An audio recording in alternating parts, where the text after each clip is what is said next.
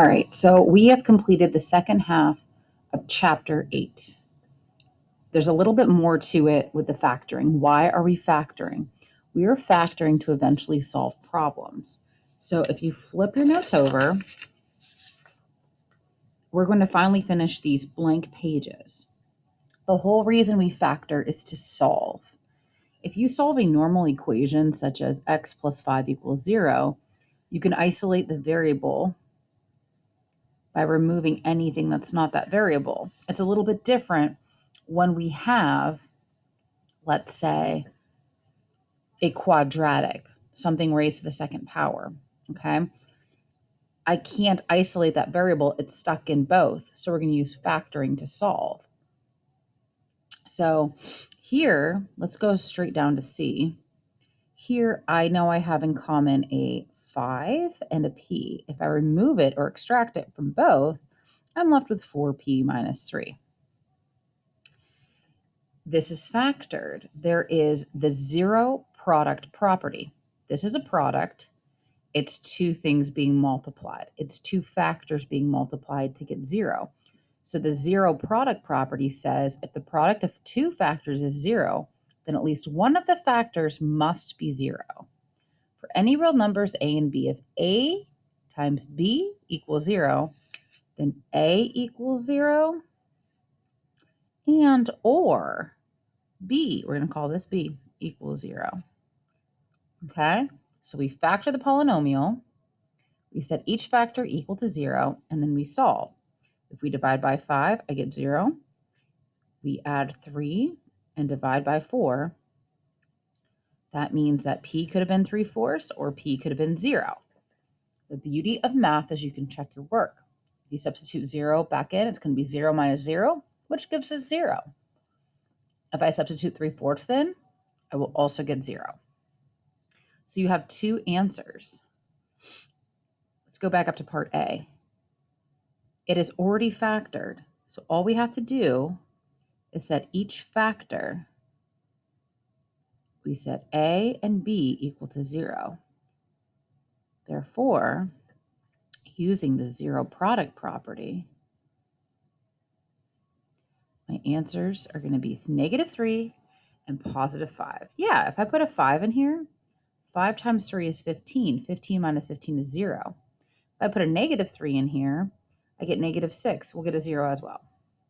Part B is already factored, so we set each factor equal to 0. Therefore, my two answers are y could have been 0 or y could have been -7 to make the statement true. You're going to have two solutions. Here, they both have a 3 in common as well as an n. When I factor it out, I'm going to set each piece equal to 0, and then we'll solve.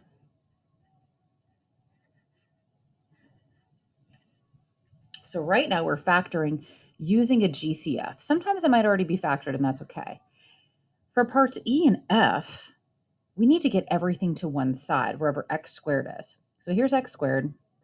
We're going to move 3x to the other side. Now we can set up the equation by taking out a GCF.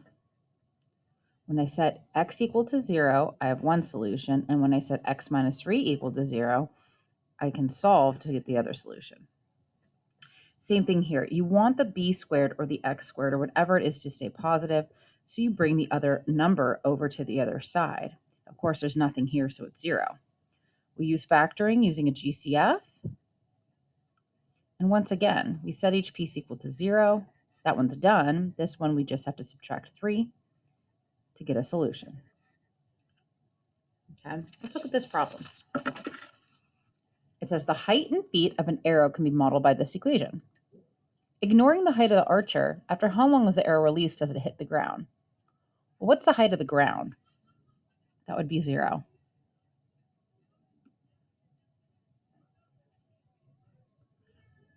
Okay, what's the GCF? Well, can 16 go into 64? Yes, so we take a 16 out and a t out. I'm left with 4 minus t. We set each piece equal to 0.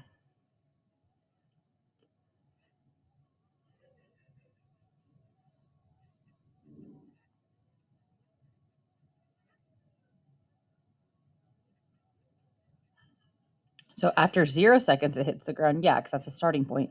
And then it's released into the air 4 seconds.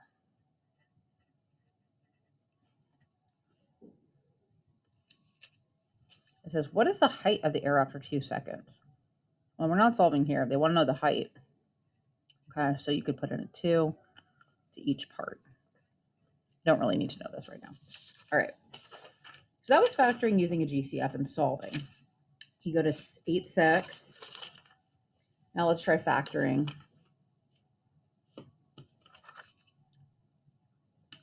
A quadratic equation, which we have been.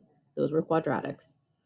When it's in the form x squared plus bx equals 0, or plus c equals 0.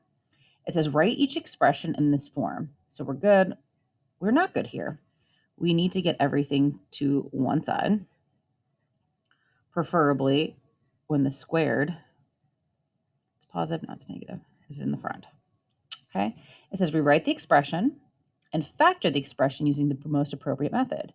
Set each factor equal to 0 and solve for the variable. So these ones, we know it's going to be x and x. I have 3 terms with a plus in the back. Therefore, minus minus is going to happen, and factors of 12 that add up to 7 are 3 and 4. When I set each piece equal to 0, my solutions will then be 4 and 3.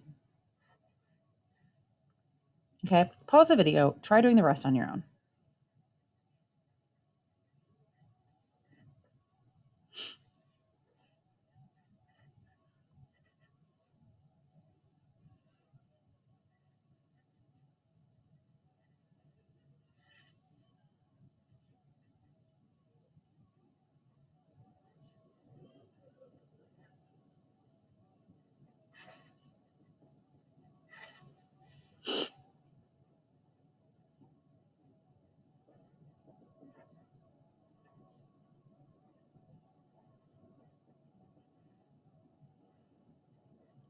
This one is the difference of 2 perfect squares. So it's positive and a negative.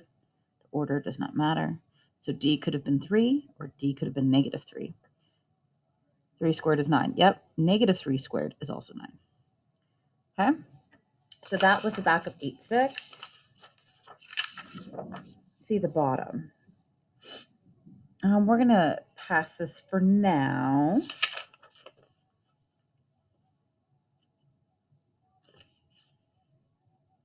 Yeah, I like it. Let's go back.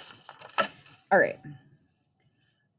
I think I passed it because I'm not going to have you, if you were in my Algebra 1 class, Part B, I'm not going to have you get the equation from the words, but this is good practice and a challenge. It says the length of a rectangular swimming pool is 20 feet greater than its width. So the length of a rectangular swimming pool is 20 feet greater than its width. If the area is 525 square feet, write an equation to find the area of the pool. So length times width equals 525. We need the same variable. You just said, or I just said, the length is W plus 20 times W equals 525. So that would be an equation, or this would be an equation. Then it wants you to move 525 to the other side to solve it. And then you'd solve from there. I just wanted us to get some practice writing an equation from words, okay? 8-7 is a little more challenging, okay? We have the expression written in its proper form, where A is positive. We want A positive. So we're going to rewrite all these up to the other side. It's going to be 2x squared minus 13x plus 15. Same thing down here. We want this to be positive, so we move the 1. We want this to be positive, so we move everything to the other side. Okay. And now we do A times C, which would be negative 36. A times C, which would be positive 30. A times C, which is negative 120. Okay, here it's the difference of 2 perfect squares. So let's start with this one. It's easier. 4x plus 1, 4x minus 1. You set each piece equal to 0, and then you solve. Okay, choosing any one of these, negative 36. Okay, we want to rewrite this as numbers that multiply to negative 36 but add to negative 9. So we have 9 times 4, but that's not going to give us a 9. We have a 12 and a 3. If we make the 12 positive and the 3 negative, we get a positive 9. So we're going to write 12x squared plus 12x minus 3x minus 18. We can't factor yet. We got to use grouping. Between these two, we have a 2x in common, and then we have a negative 3 in common here. 2x minus 3 times x plus 6. But we're not done. That was just factoring. We set each piece equal to 0, and we solve. Try doing part B on your own.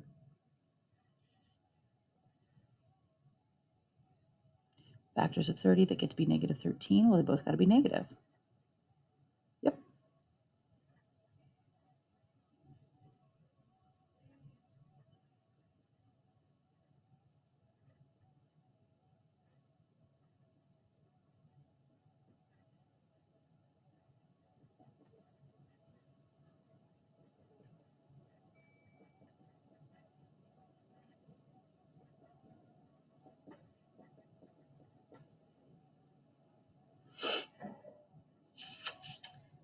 Okay. Let's try it again with a little, actually these are going to be easier. We're back in the difference of squares.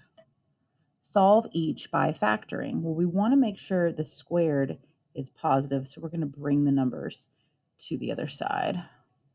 Okay, that one's good. So here's the difference of two perfect squares. I know 36, if we take the square root of 6, same with 121, it's going to be 11. One's positive, one's negative. If we set each equal to 0 and solve, our answers are going to be, you subtract 11, divide by 6, you add 11, divide by 6. So your answer is positive 11/6 and negative 11/6. Here there's a GCF we have to take out first. It's going to be 3D plus 9 and 3D minus 9. So D is going to equal 0, 3D plus 9 equals 0, and 3D minus 9 equals 0. D equals negative 9 over 3, which is negative 3. D equals 9 over 3, which is just 3. So my answer is 3, negative 3, and 0. And lastly, your perfect square page. You need to rewrite them so that A is positive. Square root of 4 is 2. Square root of 36 is 6. It's going to be a minus minus. Same thing here. 5 and a 5. 16 is 4 and 4. They're both going to be minus because it's perfect squares. Same thing twice. When you set each piece equal to 0, it's going to be the same thing twice. So your answer is just 6 over 2, which is 3. It's 3 both times. Okay, same thing here. It's the same thing, so I only have to do it once. The only answer you'll receive is 4/5. And that's it.